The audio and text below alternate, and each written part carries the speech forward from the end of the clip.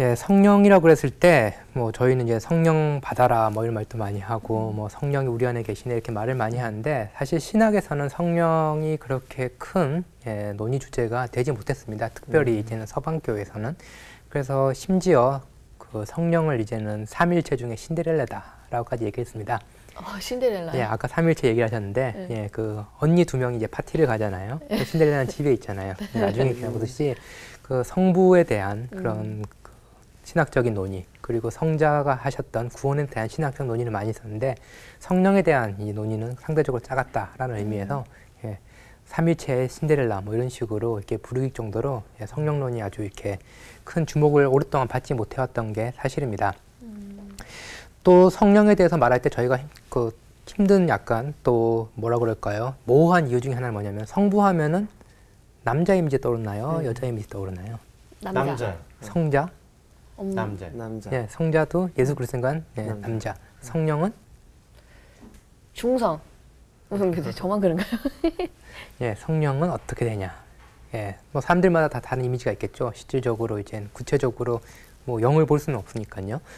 근데 이제 그 각 나라 언어별로 근데 성령을 얘기하는 대명사가 있죠. 예를 들면은 성자 같은 경우는 남자잖아요. 예, 남자였으니까 예수 그리스도가. 그러면은 대명사로 받을 때 영어로는 he로 받겠죠. 네. 예, 그런 식으로 이제는 그 대명사를 이렇게 받을 때 성령을 이제는 남성형을 쓸 거냐, 여성형을 쓸 거냐, 중성형을 쓸 거냐, 언어권마다 다릅니다. 그래서 라틴 언어 계열에서는 성령을 예, 남성으로, 그리고 이제 히브리어가 속해 있는 셈조거라고 그러죠. 거기서는 영을 여성으로, 그리고 신약 성경에 쓰여 있는 그리스에서는 그리스어는 중성으로 얘기를 하는 거죠. 그래서 자기가 어떤 그 표현을 쓰느냐에 따라 가지고 예, 어떤 사람들은 남성적인 이미지가 더 강할 거고, 어떤 분들은 여성적인 이미지가 더 강할 거고, 어떤 분들은 중성적인 이미지가 더 강할 수도 있고 그렇습니다. 또 저희가 교회 생활에서 또 흔히 헷갈리는 게 성신이란 표현 들어보셨나요? 성신? 아니요, 저는 처음 들어요. 옛날 부흥회 가면은 이제는 그 성신이여 임하사 이런 찬송도 부르고 그랬는데 그 성신이란 표현도 있고 성령이란 표현도 있습니다. 아, 같은 뜻이에요? 예, 근데 가끔씩 보면 인터넷이나 그런 거 보면은 성령과 성신을 이렇게 분리시켜 가지고 성신은 다른 것이고 성령은 또 이제는 하나님 삼위일체 중에 한 분이고 이런 식으로 많이 하는데, 그거는 예, 조금 그 역사적으로 볼 때 잘못된 의미, 잘못된 해석이고요. 역사적이라 말씀드린 건 왜 그러냐면은 영어로 이제 성경이 번역될 때 킹 제임스 버전에서 성령을 번역을 할 때 그 옛날 그 영어를 썼겠죠. 그 표현을 받아가지고 썼던 게 뭐냐면 홀리 고스트란 표현이 쓰였습니다. 그러니까 영어로 성령 그러면 홀리 스피릿이잖아요. 네. 근데 이제는 킹 제임스 버전 성경을 보면은 홀리 고스트가 돼 있으니까 그거를 그냥 한자어로 하면 어떻게 될까요?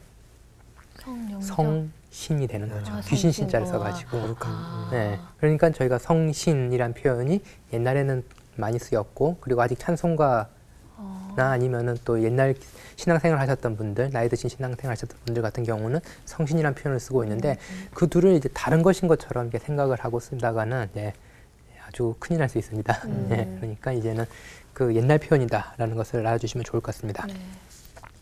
그래서 우리의 신앙생활을 할 때 저희는 성령이 아주 중요합니다. 예, 성령이 있기 때문에 저희는 하나님께 기도를 할 수도 있고, 그리고 하나님이 우리와 함께 하시고, 이런 식으로 늘 저희의 신앙생활을 설명하는 방식이 이제 성령과 함께 한다고 생각하는데, 정작 성령에 대해서 얘기를 하라 그렇게 하면은 저희가 예, 특별히 예, 뭐라고 말해야 되지? 어떤 이미지가 있지? 상당히 혼란스러울 때가 많이 있죠. 그래서 제가 평소에 이미지를 많이 보여드리지만 성령론을 할 때는 예, 이미지를 찾기가 상당히 힘듭니다. 예, 그게 이제 또 예, 그 실질적으로 서양 회화에서도 예, 성령 자체를 주제로 그린 그림은 예, 그다지 없다라는 것도 아주 재밌는 특징 중에 하나이죠. 그리고 이제 성령론에 대해서 저희가 또 알기 힘든 이유 중에 하나는 뭐냐면은 저희가 믿는 신앙의 고백이 잘 요약된 게 사도신경이다 라고 할 수 있잖아요. 사도신경에는 보면 성부, 성자, 성령이 각각 잘 묘사가 되어 있는 것 같죠. 근데 성부, 성자, 성령 중에 제일 비중이 많이 되어 있는 게 성부. 성자입니다. 아, 성자요? 예, 보시면은 성부는 예, 천지를 만드신 하나님으로만 소개되어 있죠. 그리고 성자는 동정인에게 나시고 본디오빌라타의 고난을 받으시고 십자가에 돌아가시고 부활하시고 그러네요. 승천하시고 상당히 많이 나와 있죠. 그 다음 어떻게 되죠? 성령을 믿사오며. 네. 끝이네 진짜. 네, 성령을 믿사오며. 7글자. 네, 이렇게 되어 있습니다. 그러니까 사람들이 성령은 정말 이렇게 짧구나라고 생각하는데 여기서 저희가 잘 그 구분지어 생각할 때께 저희가 성령 충만하다, 뭐 성령의 그 감동받았다라고 말할 때 방언을 하고 뭐 신유를 하고 이런 것들 많이 생각을 하잖아요. 그것도 성령의 중요한 부분이지만 사도신경에서 성령을 믿사오며 그 이후부터 나오는 것들 있죠. 성령을 믿사오며 그 다음에 믿습니다. 그리고 공행, 성도의 교제, 죄를 사여 주시는 것, 몸 사는 것. 이런 것들이 다 성령론 속에서 다뤄져야 되는 거죠. 다른 말로 하면 성령이라는 것은 교회의 영이기도 하십니다. 삼위일체 하나님이자 교회의 영이기도 하신 거죠. 근데 저희가 성령에 대해서 강조를 하면서 이 교회와 무관하게 아니면 교회 밖에서 일어나는 어떤 신비적인 현상, 그것들이 이제 성령의 활동과 많이 연결시키는 경향이 있는데 그럴 경우에 저희가 조금 이제 조심스럽게 과연 성서적인가, 그리고 신학적으로 건전한가를 생각해 볼 필요가 있습니다. 성경은 이제 하나님을 어떻게 묘사를 하냐라고 하면은 하나님은 영이시다라고 얘기를 하시는 거죠. 그리고 역사 속에 하나님께서 활동하시는 방식이 하나님이 영으로서 역사 속에서 우리와 함께 하신다라고 얘기를 합니다. 근데 이제는 그 영이라고 했을 때 그 히브리어로는 루아흐라는 표현이 쓰이고 있고 그 그리스어 성경에서는 신약 성경에서는 이제 푸뉴마라는 표현이 쓰이고 있는데 근데 루아흐라고 아까 그랬잖아요. 그 히브리어로 구약 성경에 쓰였던 거 거기는 뭐냐면 이제 숨이란 뜻이거든요. 우리가 숨을 쉴 때 그 숨이 이제는 영에 제일 비슷한 표현이기 때문에 초기 한국 교회에서는 아주 예쁜 번역어를 만들었습니다. 성령에 대해서 숨님. 되게 예쁜데요? 네. 그러니까 숨님. 숨님. 숨에다가 하나님의 님자를 붙여가지고 숨님이죠. 이게 이제 아주 히브리적인 그런 맥락이 있으면서도 아주 그 고유한 한국적인 느낌이 나는 그런 번역어기도 합니다. 성령님보다 숨님 괜찮은 것 같은데. 그래서 이 아까 말씀드린 숨이라고 그랬잖아요. 그 숨과 연결된 게 뭐죠? 생명이잖아요. 그러니까 성령은 생명과 아주 밀접히 연결되어 있고, 그리고 또 저희가 붙잡을 수가 없잖아요. 그렇듯이 이제 성령의 자유로운 활동 이렇게 묘사를 하는데 아주 적절한 표현이긴 한데 또 중요한 거는 그 실체를 붙잡기가 너무 힘든 거죠. 그래서 이제 그 구약이라든지 신약을 볼 때 이 루아흐라든지 이제 푸뉴마 이 영에 대한 표현들은 그래서 다양한 맥락에서 아주 다양한 용법으로 쓰이고 있습니다. 그래서 이 아까 말씀드렸던 루아흐라는 것을 크게 세 가지 용례로 이렇게 나눠 가지고 설명을 드릴게요. 첫 번째는 뭐냐면은 그 숨도 되지만 후 하면은 바람이 불죠. 이 바람이란 뜻도 있고요. 루아흐가 또 그다음에 우리 내쉬는 숨도 되고 세 번째는 이 뭐 성경에 보면은 하나님의 영이 임하시면 사람들이 어떻게 되죠? 막 방언하기도 하기도 하고 은사를 받기도 하죠. 은사라는 차원도 있습니다. 이 세 가지를 나눠서 이제부터 살펴보도록 하겠습니다. 첫 번째로 성령에 대해서 묘사하는 제일 중요한 이미지 중에 하나는 성경에서 바람입니다.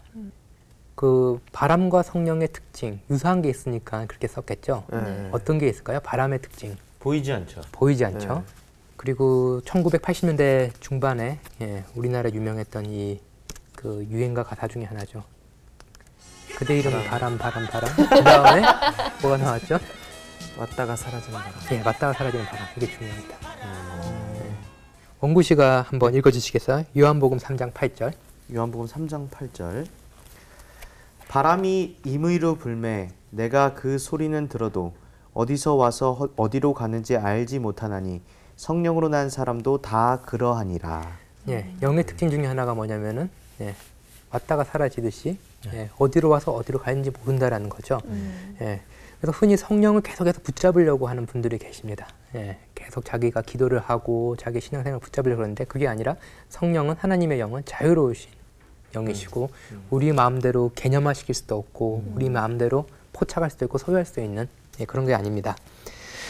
또 이제 바람은 아주 또 강력한 이미지를 성경 속에서 갖고 있거든요. 예를 들면은 이스라엘이 이집트에서 나와가지고 홍해를 건널 때, 예, 왜 갈라지죠? 바람 때문에. 예, 바람으로 갈라지죠. 예, 바람이 이제는 그 어떻게 보면 하나님의 바람은 이 자연을 지배하는 그런 힘으로도 이제 묘사가 되고 있습니다. 그리고 이 바람으로서 이 그 성령의 이미지가 신약에 제일 잘 드러나는 거는 오순절 사건이죠. 예수님이 승천하시고 제자들이 모여서 예, 기도를 했을 때 바람이. 예, 성령을 예, 받게 될 때 그때 이제 바람처럼 이제 성령이 묘사가 되고 있습니다.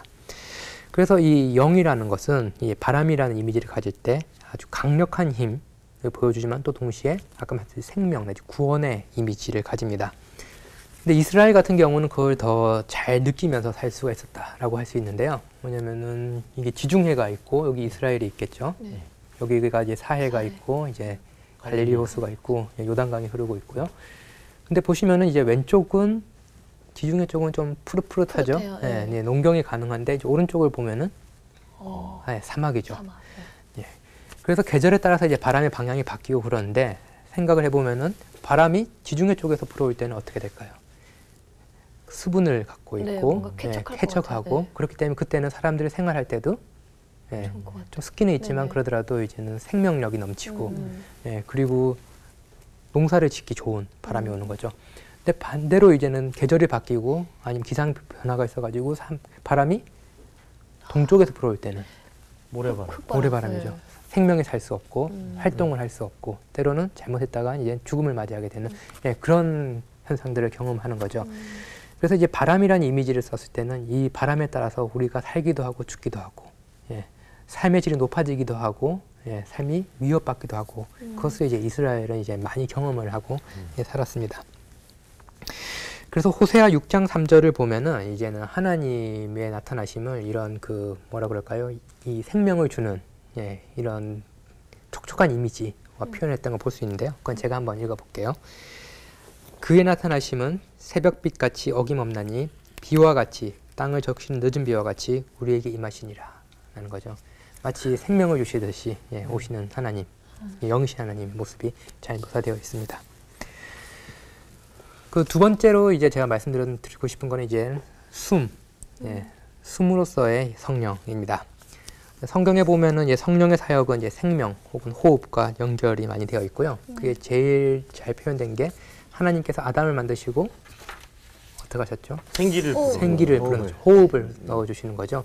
그때 이제 하나님의 영이 이렇게 예, 이렇게 아담에게 왔다라는 거죠. 그래서 단지 흙에 불과했던 흙덩이에 불과했던 그 아담이 이제 살아있는 존재, 하나님과 교통할 수 있는 존재로 이제는 거듭나게 됩니다. 이게 또 아주 상징적으로 잘 나타난 사건이 뭐냐면 아담에게 하나님께서 이렇게 숨을 주셨잖아요. 예. 그렇지만 그것은 이제는 어떻게 보면은 그 숨을 가지고도 인간은 하나님과 예, 완전한 교제 속으로 들어가지 못했고 하나님에게 등을 돌렸고 그리고 그 불안과 고통과 예, 죄 속에서 살아간 존재가 됩니다. 근데 부활한 예수께서는 예, 또 전혀 새로운 일을 일으키시죠. 인영 씨가 요한복음 20장 21절부터 22절 한번 읽어보시겠어요? 네. 예수께서 또 이르시되 너희에게 평강이 있을지어다. 아버지께서 나를 보내신 것 같이 나도 너희를 보내노라. 이 말씀을 하시고 그들을 향하사 숨을 내쉬며 이르시되 성령을 받으라. 예, 보시면은 그 태초에 하나님께서 아담을 만드시고 숨을 내셨듯이 이제는 새로운 창조의 시작이잖아요. 부활은. 그리고 하나님 예수 그리스도께서 하셨던 건 뭐냐면은 예, 숨을 내쉬면서 성령을 받으라 라고 이렇게 말씀하신 거죠. 그래서 성령이라는 것은 이 생명과 아주 밀접히 관련이 되어 있습니다. 특히 이제 유대인들 그리고 기독교인들이 이 영이 생명과 밀접하게 관련되어 있다라는 것을 알 수 있는 것은 그 에스겔서 37장을 보면은 에스겔이 이제 마른 뼈에 대한 환상을 보고 되는 거거든요. 이스라엘의 회복에 대해서. 그때 이제 에스겔이 이제는 그 마른 뼈가 있는 곳으로 골짜기로 이제 인도되는 것도 영이 이끌고 갔다라고 되어 있고 그 다음에 이제 뼈들이 이제는 붙으면서 그 다음에 이제는 근육이 생기고 살점이 붙게 되죠. 에스겔의 환상 속에서 그때 하나님께서 뼈들 사이에 예, 생기를 들어가게, 다른 말로 하면 이제 영이 들어가게 하셨다라는 거죠. 그렇기 때문에 이 단순히 우리의 이런 자연적인 생명이 아니라 예, 우리의 깨지고 무너지고 예, 이러한 어떤 그 삶을 충실히 살아가지 못하고 있는 저희들, 예, 이 삶을 회복시켜주는 이 생명도 성령의 이 숨으로 표현될 수 있다라고 할 수 있습니다.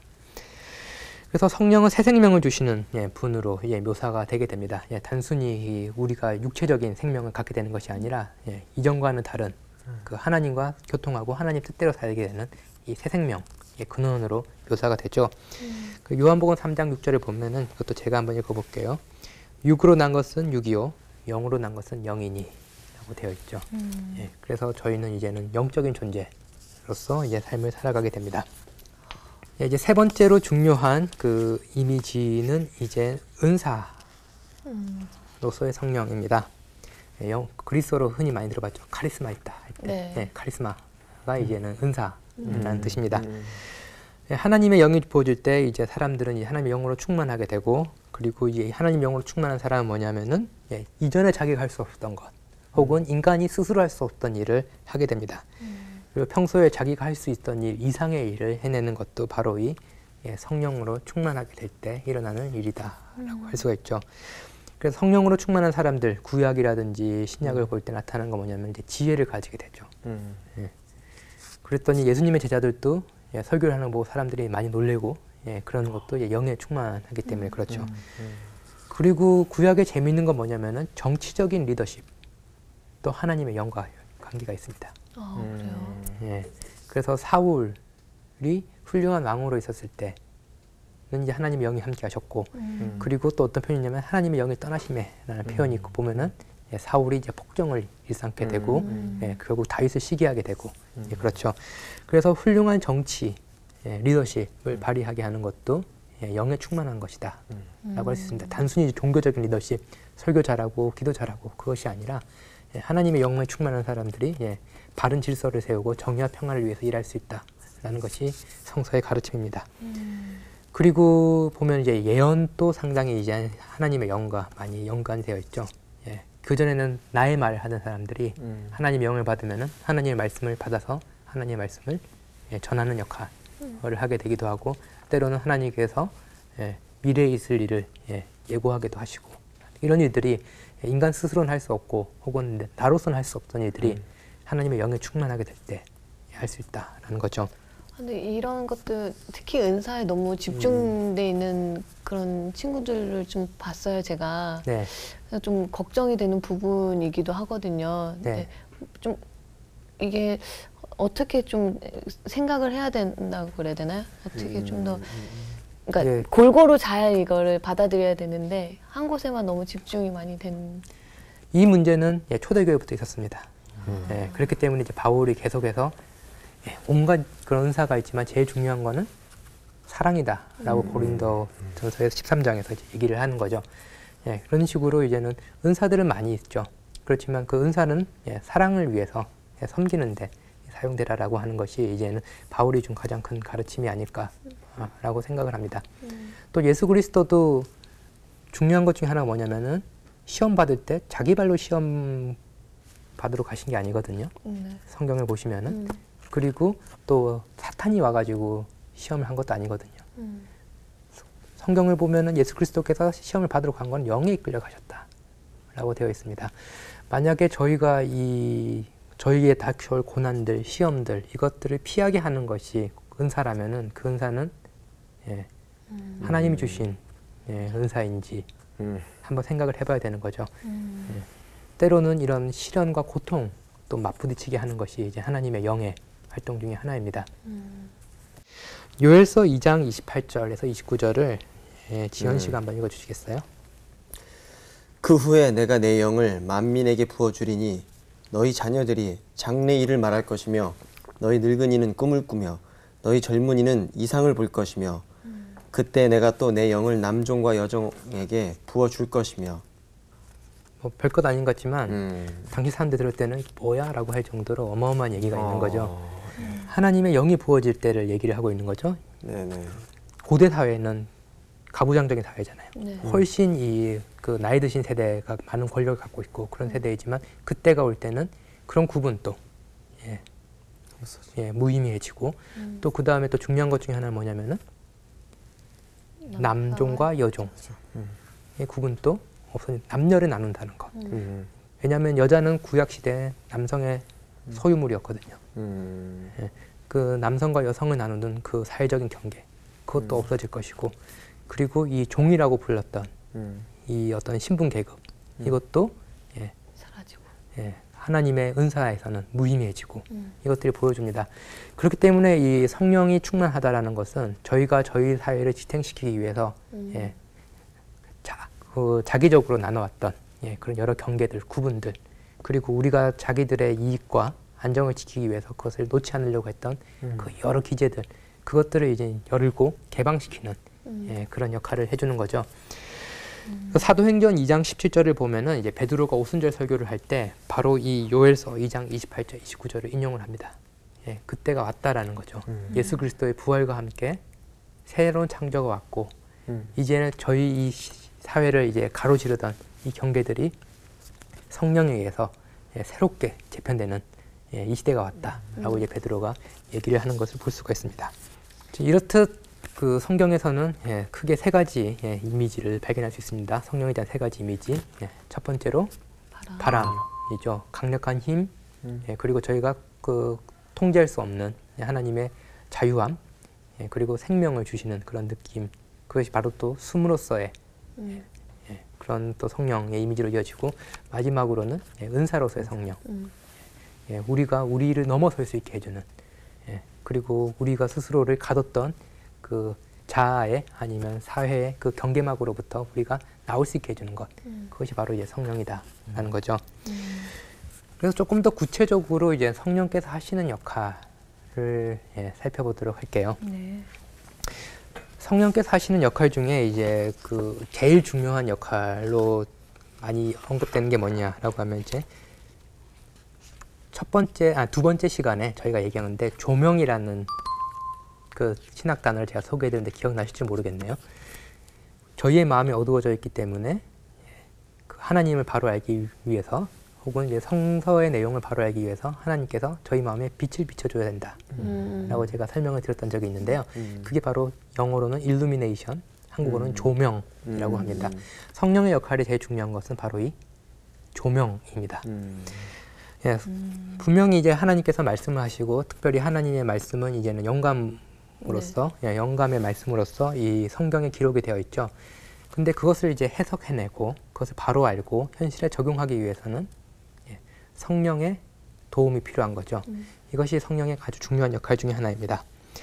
그래서 초대교회 교부였던 이레니우스의 표현에 의하면은 예언자는 예언, 사람들은 하나님을 알게 되고, 그리고 의로운 사람은 의의 길로 인도받게 하는 것이 바로 성령의 역할입니다.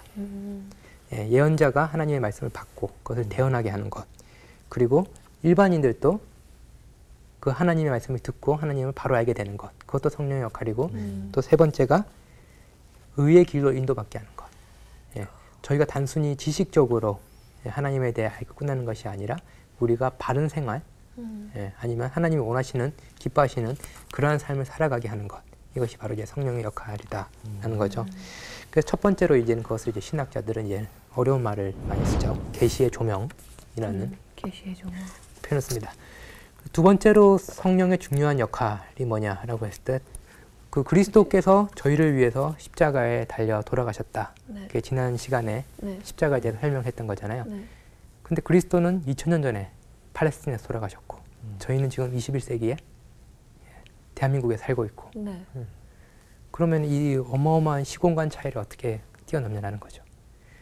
그리스도는 그때 돌아가셨고 거기서 돌아가셨는데, 지금 여기서 우리는 그리스도께서 돌아가셨던 그 죽음을 어떻게 관계 맺으며 우리 것으로 삼으며 살 수 있냐.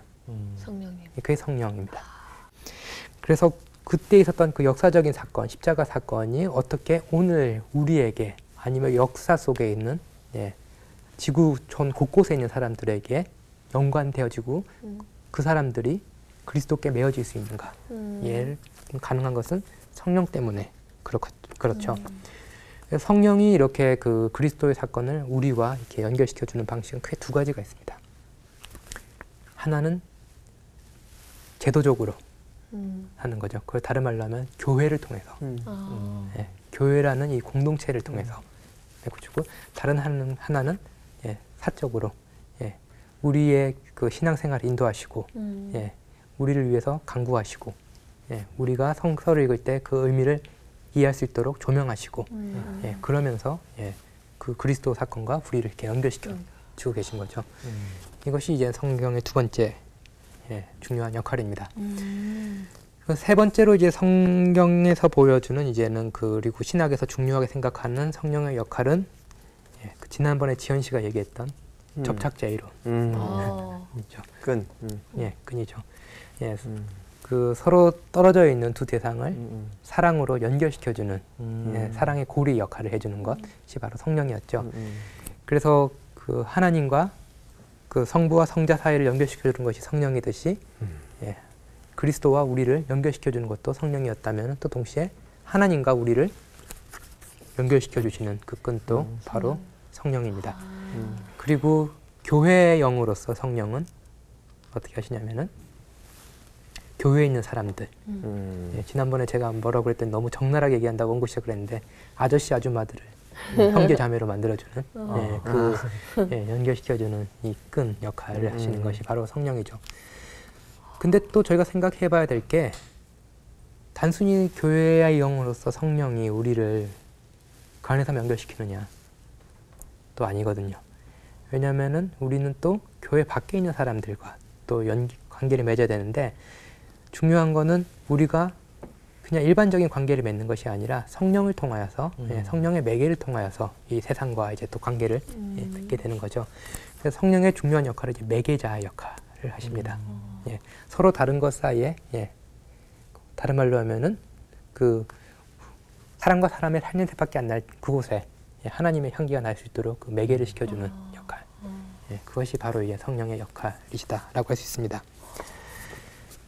예, 그리고 이제 네 번째는 정말 어려운 예, 신학 용어여가지고 그거는 저도 못 외우겠는데요. 뭐죠? 예, 그것을 이제는 단순히 말씀드리면 이제 반복입니다. 예? 반복. 반복. 예, 성령이 하시는 역할은 이제는 반복해주는 역할입니다. 오토리버스. 예? 아닌가요? 어떤 의미죠? 아, 그럼 거꾸로 가야 되잖아요. 예, 그게 아니라 좀 더 이제는 그 이전으로 돌아가는 것도 있지만 더 중요한 건 뭐냐면 좀 뭔가 새로운 것을 향해 나가게 해주는 반복입니다.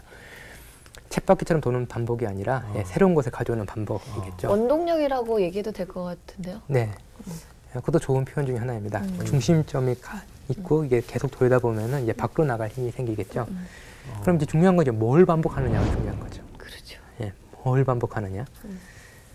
예, 그 예수 그리스도는 예, 하나님의 아들이시죠. 네.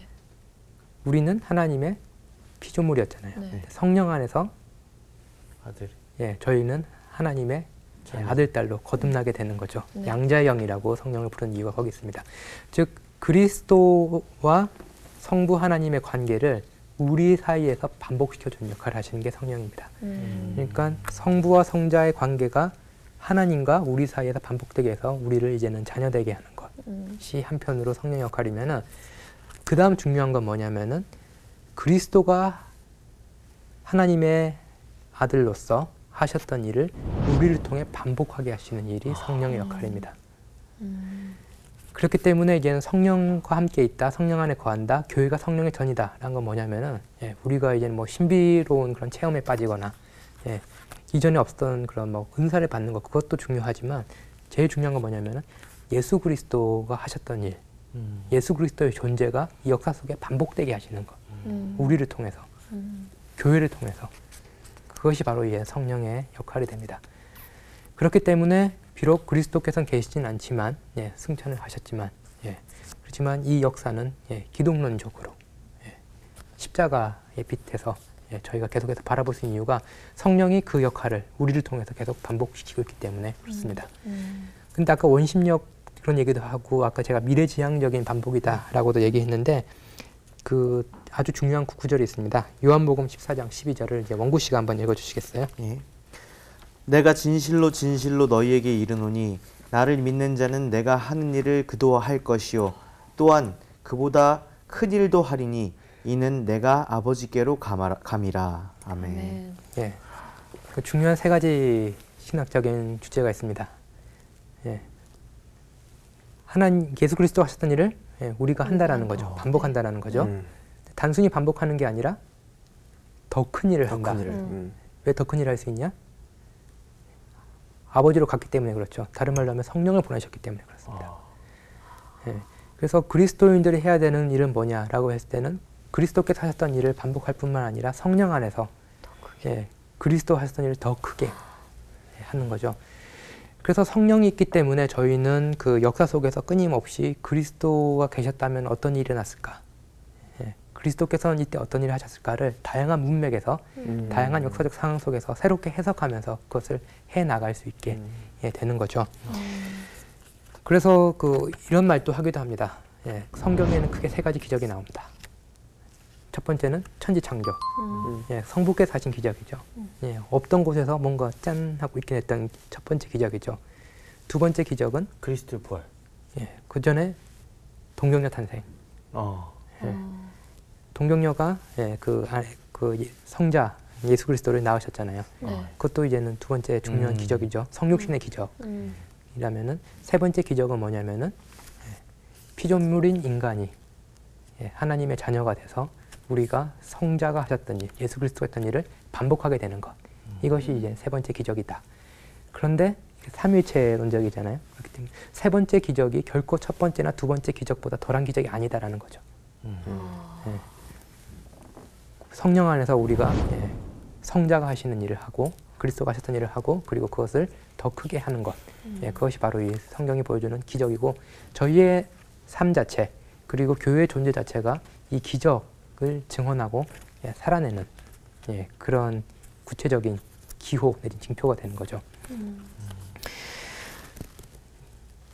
끝으로 이제 성령에 대해서 너무 이미지가 없어가지고 그 몇백 년 동안 이어오던 동방종교회의 이 오순절에 대한 그 이콘을 현대적으로 이제 각색한 걸 제가 한번 소개를 해드리고 끝냈으면 합니다. 성령님이 저기 계신 건가요? 계시죠. 아니신 것 같은데. 계시죠. 각자에게. 여기 보시면은 이 빛으로 이게 묘사가 되고 있고요. 네. 그리고 저희가 오순절 그 사도행전에 보시면은 사도행전 2장 1절부터 13절이 이제는 오순절에 대한 설명이잖아요. 네. 상당히 왁자지껄한 것 같습니다. 이제 막 서로 사람들 얘기를 하고 그렇게 되는데, 근데 여기서를 보시면은 이제 그런 왁자지껄함은 이제 사라지고 아주 고요한 가운데 사람들이 있습니다. 그 12명의 그 사람들이 앉아 있고요. 이거는 이제는 그 상징적인 숫자로 12명을 앉혀뒀겠죠. 보시면은 이 머리에 여기 성령이 함께 계시죠. 그래서 성령은 이제 우리와 함께 하신 하나님입니다. 저렇게 표현해도 우리와 함께 하신 하나님으로 계신 거죠. 그래서 오순절 사건으로 인해 가지고 중요한 사건은 뭐냐면은 하나님이 누구신지 이제 온전히 드러나게 됩니다. 오순절 사건으로 이제는 성령을 경험을 했기 때문에 이전까지 성부 하나님 알았다면, 그리고 제자들이 성자 하나님 알고 있었다면, 이제는 성령 하나님까지 온전히 알게 되는 그 아주 놀라운 사건인데 아주 고요하고 평화롭게 묘사가 되고 있죠. 그리고 이 성령을 받은 다른 말로 하면 교회의 처음 그 시작을 알려주는 이 장면을 묘사를 하고 있는데요. 지난번에 제가 보여드렸던 삼일체 이콘 기억나시죠? 네.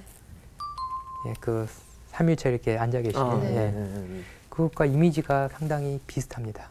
주는 이미지가 상당히 평화롭고, 그리고 그 유사하다고 한 가장 큰 이유 중에 하나는 가운데 공간이 비어 있는 거죠. 저희는 끊임없이 뭔가를 채우려고 하는 그런 속성이 있죠. 인간들은 뭔가 곳간이 비어 있으면 그 곳간을 채우려고 그러고, 통장이 비어 있으면 통장을 채우고 싶어하고, 교회가 비어 있으면 교회에다 사람을 끌어다가 채우고 싶어하고, 학교에는 강의실에 사람들 채우고 싶어하고, 그게 아니라 이것은 이제 열려 있는 공간을 보여줍니다. 열려 있는 공간, 그 속에서 평화가 흘러나올 수 있는 공간, 그 안에서 사랑의 교제가 숙성될 수 있는, 무르익을 수 있는 공간을 형성을 해주는 거죠. 그리고 또 중요한 것 중에 하나는 뭐냐면은 아주 그 기가 막힌 표현 방법 중에 하나인데, 얼핏 보면 모릅니다. 근데 자세히 보면은 12명이 다 다른 얼굴을 하고 있고 다른 제스처를 하고 있습니다. 같은 동작이 없어요. 보면은 다 다른 손을 갖고 있고 다른 뭔가를 하고 있죠. 표정이 있고. 그 이유 중에 하나는 뭐냐?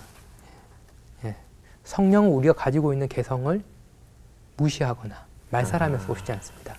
존중한다. 예, 성령은 우리의 있는 그대로 우리의 개성을 들어서 쓰시는 거지 우리의 개성, 우리 가지고 있는 고유함을 없애고 거기다 뭔가 새로운 것을 구겨 넣으시는 분이 아니라는 거죠.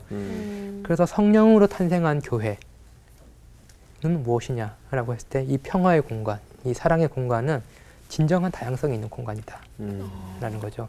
모두가 같아야지 그 공동체의 일원이 되는 것이 아니라 각자 가지고 있었던 서로 다른 과거, 기억, 경험, 개성, 예, 이런 것들이 다 모여서 예, 다름 속에 아름다움이 만들어가고 예, 틀림이라고 말하기에는 그 다름이 너무나도 소중한 예, 그런 공동체를 만들어가는 것이 바로 이 오순절 사건 속에서 보여주는 이 교회 공동체의 이미지를 이제 형성을 하려 한 것이 바로 이 이콘이다라고 할 수가 있습니다.